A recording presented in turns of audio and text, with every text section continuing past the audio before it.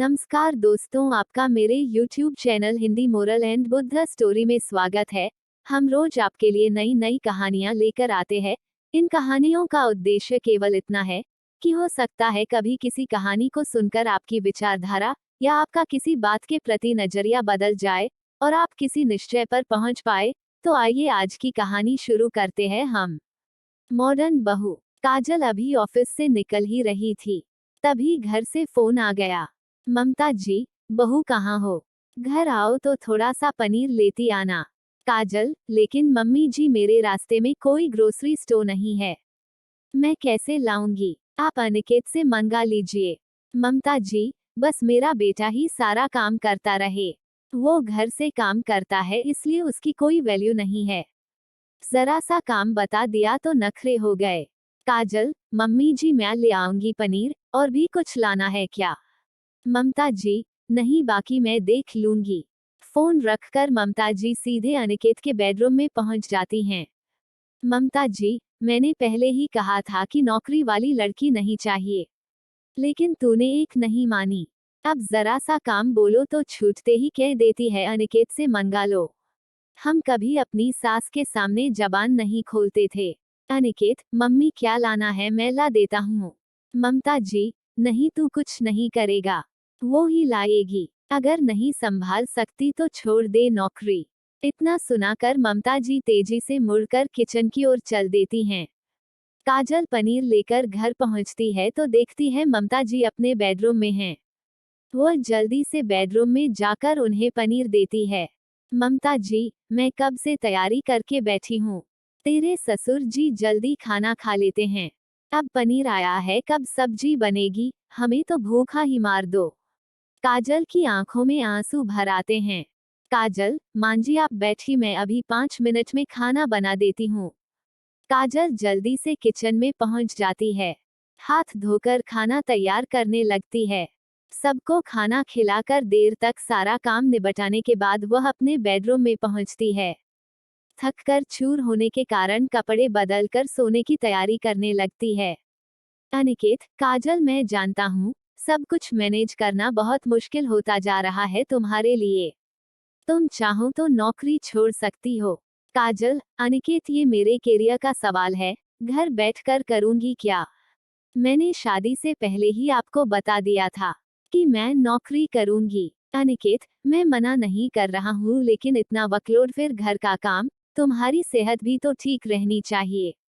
काजल, mummy जी को भी तो यह सब समझना चाहिए, एक मेड तक नहीं रखने देती, सारा काम बहू से ही करवाना है। जब हम कमा रहे हैं तो एक मेड तो अफोर्ड कर सकते हैं। अनिकेत, चलो मैं एक बार फिर बात करता हूँ मम्मी से। काजल, कोई फायदा नहीं है, वो सोचेंगी कि एक काम की बहू से कह दी तो उसने बेटे को भड़का दिया। मुझे सोने दो, सुबह ऑफिस जाना है।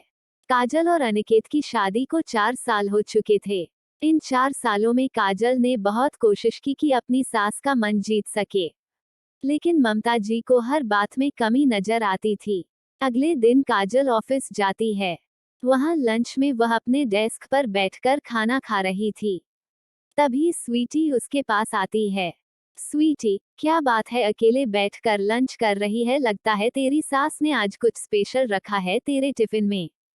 काजल, अपनी ऐसी किस्मत कहाँ, यहाँ तो खुद बनाना पड़ता है, सुबह सबके लिए नाश्ता, फिर खाना, यही सब शाम को। स्वीटी, तुझे अपने ससुराल वालों से बात करनी चाहिए, या तो मेड रखें या तुझे काम करने में हेल्प करें। काजल, कई बार कोशिश कर चुकी हूँ, कोई फायदा नहीं है। स्वीटी, तेरे पति को भी कुछ दिखाई नहीं देता। काजल, वो अपनी मम्मी के सामने कुछ नहीं बोल पाते हैं। कभी कभी ऐसा लगता है कहीं भाग जाऊं सब छोड़कर। तभी उसे कॉल आती है, बॉस ने केबिन में बुलाया था। बॉस, काजल तुम जिस प्रोजेक्ट पर काम कर रही थी उसमें कुछ प्रॉब्लम आ रही हैं, तुम्हें उसे ठीक करने के लिए 1 वीक के लिए बंगलोर जाना पड़ेगा। काजल, लेकिन सर मैं कैसे जा सकती हूँ? बॉस, तुम चाहो तो किसी को अपनी हेल्प के लिए ले जा सकती हो, जिसे भी चाहो, लेकिन प्रोजेक्ट कंपनी के लिए बहुत जरूरी है, हम रिस्क नहीं ले सकते, वहीं जाकर सब ठीक करना होगा। ऑनलाइन सपोर्ट से काम नहीं चल रहा। क्लाइंट ने बोला है नहीं तो प्रोजेक्ट कैंसिल हो जाएगा। काजल, ठीक है सर, कब जाना है? मैं अपने साथ स्वीटी को ले जाना चाहती हूँ। उसने भी इस प्रोजेक्ट पर काफी काम किया है। काजल शाम को घर आकर अनिकेत को सब बताती है। अनिकेत, ठीक है कोई बात नहीं, बस एक बार मम्मी को बता देना। काजल ममता जी को बताने उनके कमरे में जाती है। ममता जी, ये क्या कह रही हो बहू, तुम्हें हमने नौकरी करने की परमिशन दे रखी है, इसका मतलब ये नहीं कि अकेले सैर सपाटा करने चली जाओ। यह सब नहीं चलेगा, मना कर दो या जॉब छोड़ दो। काजल, लेकिन मम्मी जी बहुत जरूरी प्रोजेक्ट है। ममता जी, हमने भी दुनिया देखी है, यह सब बहानेबाजी हम अच्छे से जानते हैं। काजल, मम्मी जी मैं कोई बहाना नहीं बना रही हूँ। आप जो समझो, लेकिन मुझे जाना पड़ेगा। काजल यह कहकर वापस अपने बेडरूम में आ गई। ममता जी पीछे पीछे आकर अनिकेत को डांटने लगी। ममता जी, बेटा हमें वृद्धा आश्रम भेज दे। जब बड़ों की कोई इज्जत ही नहीं है तो क्या फायदा यहाँ रहने का? फिर तुम दोनों सैर सपाटा करते रहना। अनिकेत, मम्मी वो सैर सपाटा करने नहीं जा रही है, जरूरी काम है। मैं समझता हूँ, मुझे भी कभी कभी जाना पड़ता है। ममता जी, तेरी बात अलग है। बहू ऐसे नहीं जा सकती, तू सोच ले। अगर तुम्हें अपनी मनमानी चलानी है तो हमें वृद्धा आश्रम छोड़ा। काजल की आंखों से आंसू बह रहे थे। तभी दरवाजे पर डोर बेल बजी। अनिकेत ने जाकर दरवाजा खोला। अपनी बहन सुधा को देखकर अनिकेत चौंक गया।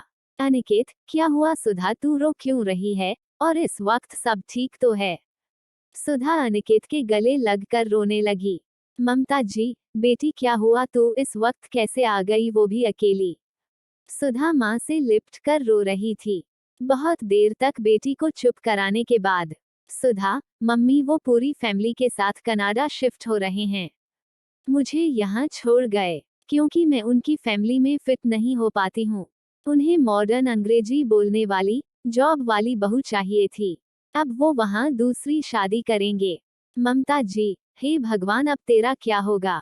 कैसे लोग हैं, घर की लक्ष्मी को छोड़कर पैसों के पीछे भाग रहे हैं। तभी ममता जी के पति सुधांशु जी ने कहा। सुधांशु जी, वह ममता, एक तरफ बेटी के नौकरी न करने का अफसोस और दूसरी ओर बहू के नौकरी करने का अफसोस। दोनों बातें सही लगती हैं। अपनी बेटी के लिए कुछ और बहू के लिए कुछ और। ममता जी की आंखों से आंसू बह रहे थे। ममता जी, काजल मुझे माफ कर दे। बेटा तू सही थी, अपनी बेटी पर बीती तो मुझे पता लगा। काजल, आप चिंता न करें मम्मी जी। मैं बंगलौर से आकर दीदी की जॉब के लिए कोशिश करूंगी। साथ ही हम केस भी दर्ज कराएंगे। ममता जी सोच रही थी, जैसी भी है बहू सबको निभा तो रही है, साथ ही नौकरी और घर दोनों मैनेज कर रही है। काजल सोच रही थी, ससुराल जैसा भी है लेकिन सब साथ तो हैं, थोड़ा एडजस्ट करने में क्या बुराई है। दोस्तों, आपको हमारी कहानी पसंद आई हो तो हमारे चैनल को सब्सक्राइब कीजिए, वीडियो को शेयर कीजिए, लाइक कीजिए। धन्यवाद।